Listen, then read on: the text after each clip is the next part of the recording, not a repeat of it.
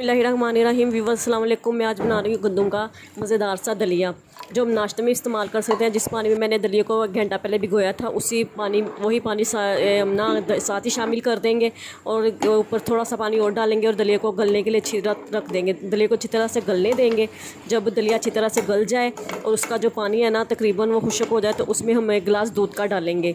1 गिलास दूध का डालने के बाद दूध को अच्छी तरह से दलिया के साथ मिक्स होने देंगे, पकने देंगे ताकि दूध और दलिया यकजान हो जाए। इसके बाद मैं इसमें हाफ़ प्याली चीनी की डालूँगी। आप अपनी हस्बे ज़ायक़ा जो है ना चीनी शामिल कर सकते हैं या गुड़ भी शामिल कर सकते हैं।